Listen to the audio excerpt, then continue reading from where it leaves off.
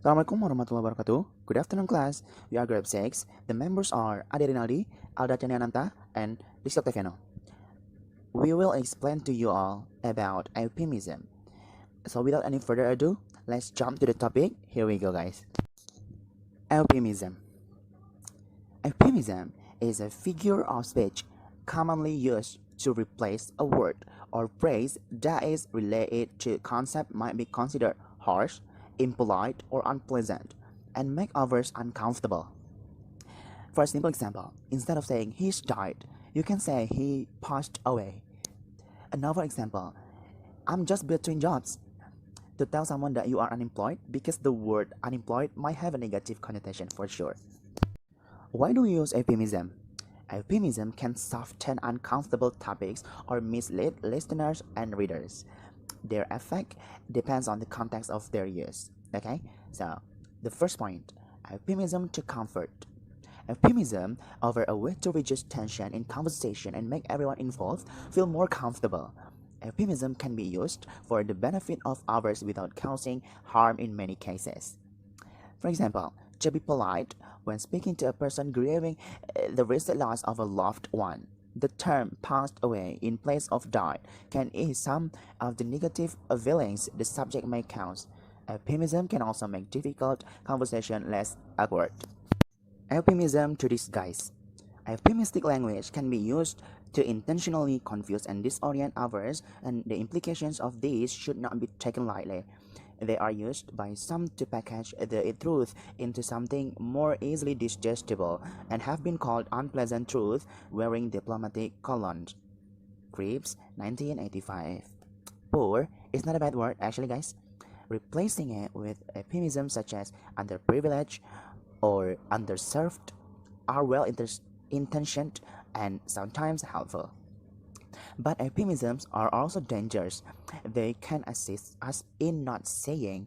They can form a screen through which ugly truth is dimmed to our eyes. Euphemism to shield. To speak euphemistically is to use language as a shield against the feared, the disliked, or the unpleasant. At their best, euphemisms avoid being offensive and have polite connotation. At least, euphemisms seek to avoid too many negative connotations. They are used to upgrade the denotatum as a shield against scorn. They are used deceptively to conceal the unpleasant aspect of the denotatum as a shield against anger, and they are used to display in group identity as a shield against intrusion. Fourth, euphemism to spin. Euphemism is often considered a form of spin, used most notably by politicians, bureaucrats, and advertisers to pass something, an idea, policy, or product off as attractive through disingenuous means. Such linguistic trickery is, of course, nothing new. Its systematic and highly politicized use is thought to have its origin in George Orwell's novel 1984, where newspeak was the new language imposed by the state to restrict the lexicon of posterity, eliminate gradations of meaning, and ultimately control thought. Rose warned 2013. Okay, next is the example of euphemism will be explained by Alda Ananta. Guys, I'll discuss an example of euphemism. Euphemisms are used for certain abstractions such as death, sex, aging, getting fired, bodily functions, and others. First, some of the common euphemisms are used to describe death or dying. Instead of saying someone has died, you may say, like his time was up, he went to sleep, she passed away, the victim expired at 11 p.m., our dog is no more, she was called home before her time, someone kicked the bucket. The second, business often use euphemisms when they're not doing well or they have to fire people. Some common business-related euphemisms include the company is downsizing. It means the company fired its employees. We're going to have to let you go. It means the company fire you. I've been laid off. It means he's told by his employers to leave their job, usually because there is no more work for them to do. Between jobs. It means he's unemployed. They released me from my duties. It means he got fired. Euphemisms can be used when talking about someone's size, mental state, abilities, and more. Whenever you want to be less offensive, you can use a euphemism. Like, she's few fries short of a happy meal. It means she's crazy. He's carrying around a few extra pounds. It means he's fat. She's big boned. It means she's fat. He is a little thin on top. It means he's losing his hair. Did you notice she's in the family way? It means she's pregnant. I have a temporary negative cash flow. It means I'm broke. He's not the sharpest tool in the shed. It means he's stupid or he's idiot. Alright guys, I will continue this presentation, and the last topic of this presentation is about dysphemism, orthophemism, and euphemism. Dysphemism is a word or phrase people use to make something or someone sound negative, bad, and unlikable. Dysphemism is the opposite of euphemism, and it is taboo. Dysphemistic expressions include curses, name-calling, and any sort of derogatory comment directed towards others in order to insult or to warn them.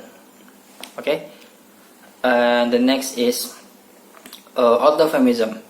It refers to a direct or natural expression that isn't sweet-sounding, evasive, or overly polite, like euphemism, or harsh, blunt, or offensive, like dysphemism. It is also known as a straight talk. Orthophemism is typically more formal and more direct, or literal, than the corresponding euphemism. Both of euphemism and orthophemism are typically polite, but euphemism use figurative language.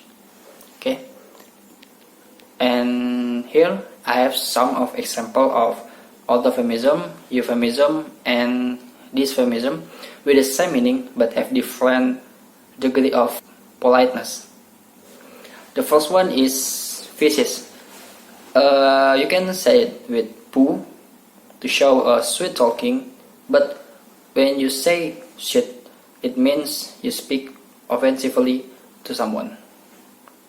Okay, the next is sex worker. When you want to be polite, say lady of the night, and do not say prostitute because it is so. Another example for the women, when you get your menstruation, you can say that I am on my period instead of saying I'm bleed. The first one is better. Next, when you want to fire a worker, you should not say that you are down from here, but you can say you are promoted to be a customer. The second one is better helped by your ex-worker. Okay, alright, the next is about an expression to express someone's that we already talked about this before. You can use she's passed away and do not say she snuffed it.